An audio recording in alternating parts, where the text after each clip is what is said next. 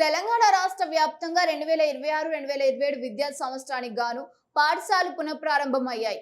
ఇదే అదునుగా చేసుకుని రాష్ట్ర వ్యాప్తంగా ప్రైవేట్ పాఠశాలలు విద్యార్థుల తల్లిదండ్రుల నుంచి దోపిడీకి తెగబడుతున్నారు. అందమైన పేర్లతో షాపింగ్ మాల్స్ ను తలపించే బిల్డింగ్లతో విద్యను వ్యాపారంగా మలుచుకొని విద్యార్థుల తల్లిదండ్రుల నుంచి లక్షల ఫీజులు వసూలు చేస్తూ ఉన్నాయి.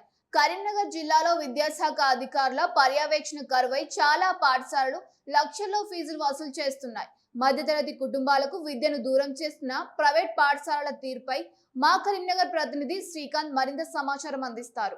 వేసవి సెలవుల అనంతరం 2026-27 సంవత్సరానికి గాను విద్యా సంవత్సరానికి గాను ఈ రోజు నుండి పాఠశాలలు అయితే పునఃప్రారంభమవుతున్నాయి. అంటే తెలంగాణ రాష్ట్ర వ్యాప్తంగా కూడా ఈ రోజుతో పాఠశాలలన్నీ మళ్ళీ పునఃప్రారంభమవుతున్నాయి. ప్రస్తుతం మనం చూడొచ్చు ఏదైతే విద్యార్థులను తల్లిదండ్రులంతా కూడా పాఠశాలలకు పంపిస్తున్నారు. అయితే కొంతమంది సెంటిమెంట్ ఏదైతే ఈరోజు అమావాస్య సెంటిమెంట్ వల్ల కూడా కొంతమంది విద్యార్థుల తల్లిదండ్రులను వాళ్ళ పిల్లలను పాఠశాలకు పంపించడానికి కూడా అనాసక్తిగా ఉన్నట్టుగా కూడా తెలుస్తుంది. దీనివల్ల కొంత విద్యార్థుల రాకనైతే కొంచెం తక్కువగా ఉన్నట్టుగా కూడా మనం చెప్పవచ్చు. అయితే తెలంగాణ రాష్ట్రానికి సంబంధించి ముఖ్యమంత్రి రేవంత్ రెడ్డి విద్యాశాఖ మంత్రిగా ఉన్నప్పటికీ కూడా తెలంగాణ రాష్ట్రంలో ప్రైవేటు విద్యా సంస్థలకు కొమ్ము కాసే విధంగా వ్యవహరిస్తున్నారంటూ కూడా ఆరోపణలు అయితే వ్యక్తమవుతున్నాయి. ఇటు పక్క రాష్ట్రం అంటే తమిళనాడు రాష్ట్రానికి సంబంధించి ముఖ్యమంత్రి విజయ్ ఒక సంచలనాత్మక నిర్ణయానికి అయితే వచ్చినట్టుగా కూడా చెప్పవచ్చు. ఒక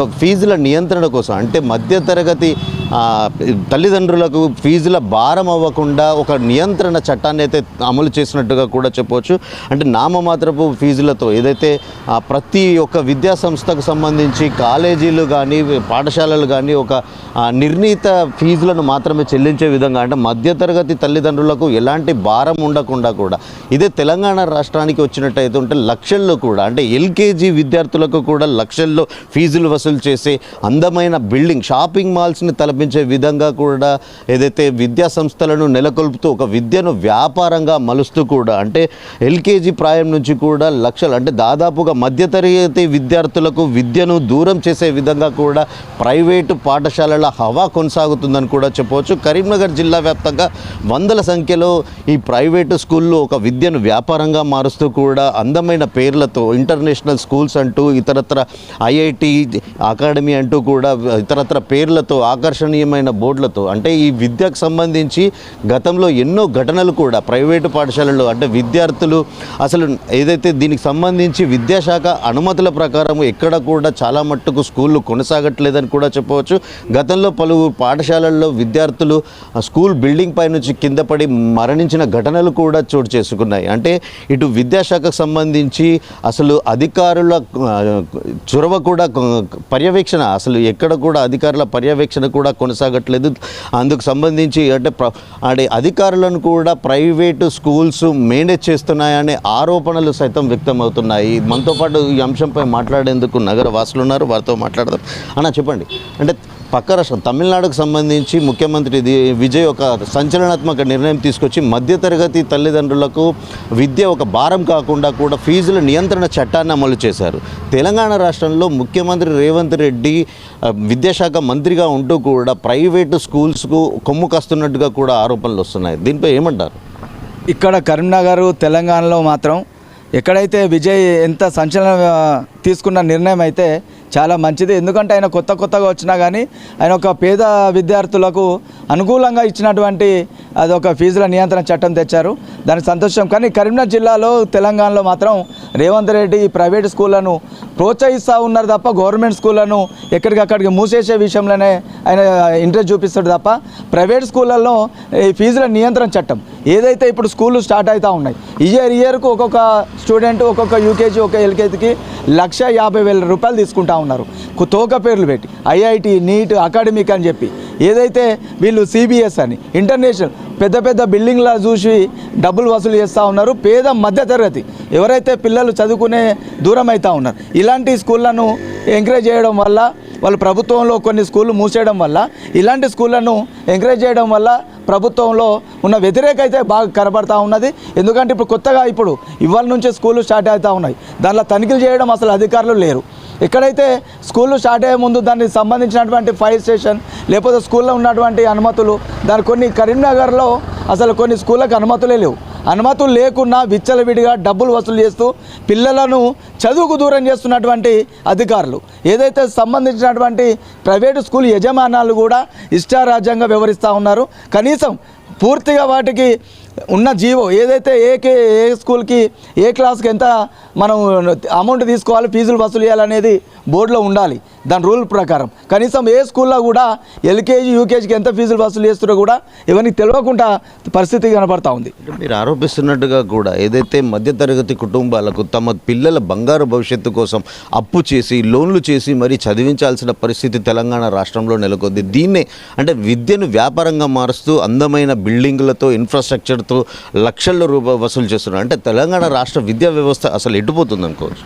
ఇప్పుడు ఉన్నటువంటి ఏదైతే ఇప్పుడు స్కూల్ ఇవాళ స్టార్ట్ అయినాయి, కొన్ని అకాడమీ కానీ ఇంటర్నేషనల్ స్కూళ్ళ పేరిట ఇప్పుడు స్టార్టింగే అడ్మిషన్ 25,000 రూపాయలు, అడ్మిషన్ 25,000 రూపాయలు, ఫీజు 1,50,000. ఈ డబ్బులు ఒకటే సెటిల్మెంట్లో కొట్టాలంటే ఒకటేసారి కట్టాలంటే వాళ్ళు ఏదో అప్పో లేకపోతే లోనో తీసుకోవాల్సిన పరిస్థితి ఏర్పడతా ఉంది. దీన్ని పూర్తిగా ఏదైతే ప్రైవేటు స్కూల్లో ఫీజుల నియంత్రణ చట్టం చేయాలని, అదేవిధంగా ఏదైతే తమిళనాడులో ఇచ్చినటువంటి పరిస్థితి కూడా అదేవిధంగా తెలంగాణలో కూడా అదే నిర్ణయం తీసుకోవాలని చెప్పి కోరుకుంటా ఉన్నాం. అంటే అన్న మీరు ఆరోపిస్తున్నట్టుగా కూడా అంటే గతంలో ప్రైవేటు పాఠశాలల్లో ఏదైతే గత దశాబ్దాల క్రితం ప్రైవేటు పాఠశాల హవా తక్కువ ఉన్నప్పటికీ అంటే గవర్నమెంట్ స్కూల్లో ఇప్పటికీ కూడా చాలా మట్టుకు గవర్నమెంట్ స్కూల్ ఉపాధ్యాయులు కానీ ప్రిన్సిపల్ కానీ ప్రతి ఇంటింటికి తిరుగుతూ కూడా అంటే ఒక క్వాలిఫైడ్ టీచర్లు ఎంతో పోటీని తట్టుకొని గవర్నమెంట్ టీచర్గా ఎంపికవుతారు. కానీ ప్రైవేటు పాఠశాలలో అలాంటి పరిస్థితి ఉండదు. ఇంటర్మీడియట్ డిగ్రీ చదివిన వాళ్ళే కూడా టీచర్లుగా కొనసాగుతుంటారు. అసలు విద్యార్థులకు ఎందుకని మరి పేరెంట్స్ అయినా కూడా అసలు ఎందుకని క్వాలిఫైడ్ గవర్నమెంట్ వ్యవస్థకు అసలు దూరంగా ఉండి ప్రైవేటు స్కూళ్ళకు పంపడానికి కారణం ఏమై ఉంటుంది అనుకోవచ్చు.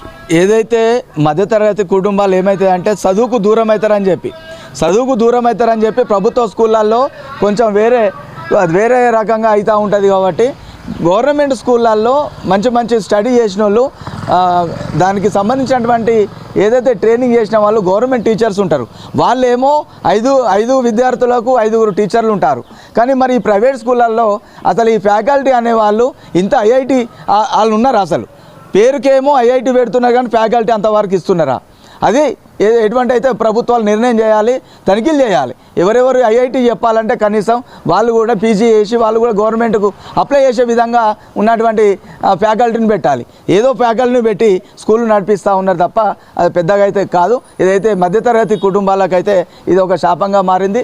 ఏదైతే ఇప్పుడు కొత్తగా స్కూల్ స్టార్ట్ అవుతున్నాయి కాబట్టి యూకేజీ ఎల్కేజీలకు డబ్బులు ఫస్టే మొదటిసారే డబ్బులు కట్టాల్సిన అవసరం ఉంది. కాబట్టి 30,000 40,000 కట్టాలి. వాళ్ళు ఖచ్చితంగా ఏదో లోన్ తీసుకొని తప్ప కట్టాలి తప్ప మధ్యతరగతి అయితే ఈ విధంగా ఫీజుల భారణ అయితే పూర్తిగా విఫలమవుతా ఉంది. అంటే ప్రత్యేకంగా చూసుకున్నట్టయితే అసలు పాఠశాలల్లో స్కూలు పుస్తకాలకు సంబంధించి యూనిఫామ్లకు సంబంధించి విక్రయించకూడదని ఒక నిబంధన ఉంది. కానీ అది కేవలము ఆ రాతల మట్టుకే తప్ప అది ఎక్కడ అమలవుతున్న పరిస్థితి లేదు. ప్రతి స్కూల్లో కూడా ఈ వ్యాపారం కొనసాగుతుంది. ఏదైతే స్కూల్కు యూనిఫామ్ నుంచి సాక్స్ల వరకు నుంచి బెల్ట్ అంటూ బ్యాడ్జ్ అంటూ ఇట్లా ఎన్నో అంటే ప్రత్యేకంగా సో ఏదైతే వాళ్ళకు సంబంధించిన పాఠ్యపుస్తకాలు కూడా స్కూల్లోనే అమ్మకాలు కొనసాగుతున్నాయి. ఎందుకని అసలు విద్యాశాఖ మొద్దు నిద్రలో ఉందనుకోవచ్చా? దీనికి సంబంధించి అధికారుల పర్యవేక్షణ ఎట్లా ఉంటుంది? వాస్తవమే. ఎందుకంటే ఈ అధికారుల యొక్క నిర్లక్ష్యమే ఈ స్కూళ్ళల్లో బుక్కులు అమ్ముతూ ఉన్నారు. నిబంధనల విరుద్ధంగా వాళ్ళ స్కూళ్ళ పేర్ల మీదనే వాళ్ళ బుక్కులు అమ్ముతూ ఉన్నారు. బెల్టు కనీసం ఏదైతే బుక్కులకు వేస్తున్నటువంటి పుట్టలకు వాటి యొక్క కవర్లకు కూడా స్కూళ్ళ పేర్లు పెట్టి డబ్బులు వసూలు చేస్తూ ఉన్నారు.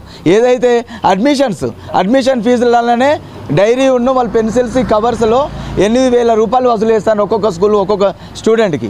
ఒక యూకేజీ ఎల్కేజీ పాపకు 13,000 రూపాయల బుక్స్ ఏం అవసరం ఉంటాయి? వాళ్ళ యొక్క బరువు వాళ్ళంతా మోయగలుగుతారా? దాన్ని కూడా తనిఖీ చేయడంలో అధికారులు విఫలమయ్యారని చెప్పి చెప్తాను. విద్య లేనివాడు వింత పశువు అని ఒక సామెత గతంలో ఉన్నప్పటికీ కూడా కానీ తెలంగాణ రాష్ట్రంలో మాత్రం ఏదైతే తల్లిదండ్రుల సెంటిమెంట్ను క్యాష్గా మార్చుకునేందుకు చాలా మట్టుకు ప్రైవేటు పాఠశాలలు ఒక మాఫియాగా ఏర్పడి అంటే మాఫియాని ఎందుకు అనాల్సి వస్తుంది అంటే అసలు ఎల్కేజీ విద్యార్థుల నుంచి కూడా లక్షల్లో డబ్బులు వసూలు చేస్తున్న పరిస్థితి. అటు ఇన్ఫ్రాస్ట్రక్చర్తో పాటు ఇటు ట్రాన్స్పోర్టేషన్ అంటే ఒక సంవత్సరానికి ఒక స్కూల్ వ్యాన్కి సంబంధించి 20,000 నుంచి 25,000 రూపాయలు, అది కూడా సింగిల్ పేమెంట్తో మాత్రమే ఆ పేమెంట్ వసూలు చేస్తున్నట్టుగా కూడా చెప్పవచ్చు. దీనికి సంబంధించి మధ్యతరగతి విద్యార్థులు తమ పిల్లల బంగారు భవిష్యత్తు కోసం ఆ ప్రభుత్వ పాఠశాలల్లో సరైన వసతులు లేక ప్రైవేటు పాఠశాలల యాజమాన్యాలకు సంబంధించి ఈ పేర్లకు ఆకర్షితులై వాళ్ళంతా కూడా అప్పులు చేసి తమ పిల్లలను చదివించాల్సిన పరిస్థితి అయితే నెలకొంటుంది. ఇప్పటికైనా అధికారులు స్పందించి తెలంగాణ రాష్ట్ర వ్యాప్తంగా విద్యా వ్యవస్థను కొంత ప్రక్షాళన చేసే విధంగా కూడా ముఖ్యమంత్రి రేవంత్ రెడ్డి చొరవ తీసుకోవాలని కోరుకుందాం. కెమెరా పర్సన్ అరుణ్తో శ్రీకాంత్, S6 న్యూస్, కరీంనగర్.